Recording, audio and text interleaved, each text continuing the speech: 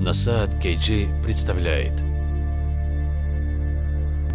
Устаз Абдишукур-Ажи Нарматов. Для некоторых этот месяц Рамазан может быть последним. Уважаемые братья, у нас есть блага, Гафур, прощающий грехи, Ат-Тауаб, принимающий покаяние, Аллах велик. Например, Муассин Всевышнего – это сезон прощающих всех грехов, великий месяц Рамазан. Рамазан, который состоит из 5 букв – Ра, Мим, Лад, Алиф и Нун. Буква Ра – это Ридуан, то есть довольствие Всевышнего своими рабами, соблюдающими пост в этот священный месяц. Мим – это Магрифа, то есть прощение Всевышним грехов. Лад – это Даман, то есть покровительство Всевышнего, которого удостаиваются рабы, совершающие поклонение в этот благословенный месяц. Алиф – это Ульфа, то есть любовь Всевышнего, которой удостаиваются рабы, стремящиеся к лику Создателя. Буква Нун. Нун – это Науаль, то есть достижение довольствия Всевышнего. Ведь именно в этом месяце был ниспослан священный Коран. Посланник Аллаха, да благословит его Аллах и приветствует, сказал: «Тому, кто во время фарда Рамадана будет поститься с верой и надеждой на награду Аллаха, простятся его прежние грехи». В месяц Рамазан Всевышний говорил: «О те, у кого есть надежда на лучшее, старайся.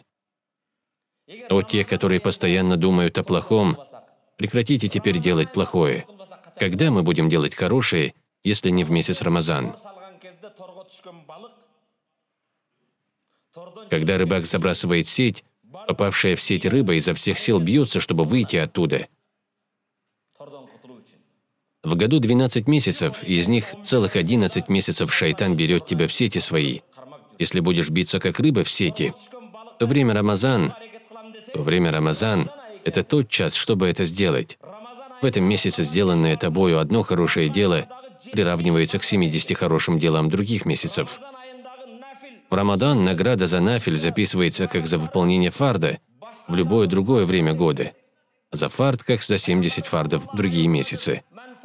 Пророк Мухаммад саллаллаху алейхи вассаляма сказал: «Кто накормит соблюдающего уразу, пост, во время ифтара, разговения, тому будут прощены грехи, дана защита от огня ада, и будет записан такой же саваб, как и тому, кто соблюдал уразу, кого он накормил».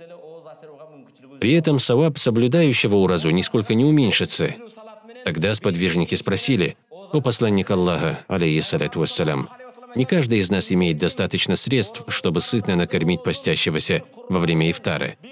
Посланник Аллаха, алейхиссаляту вассалям, ответил на это: «Аллах даст такой же саваб и тому, кто поделится хотя бы фиником, глотком воды или молока с постящимся, чтобы тот смог разговеться.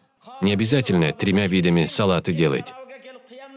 Пророк, алейхиссаляту вассалям, говорил: «Кто вечером будет читать намаз и посещать намаз таравих, будут прощены его грехи». Иншаллах, в первый день не поместились было в мечеть, а через 4-5 дней чуть больше половины осталось. Уважаемые братья, Рамазан – это месяц для хороших дел. Может быть, это для кого-то станет последним месяцем Рамазан.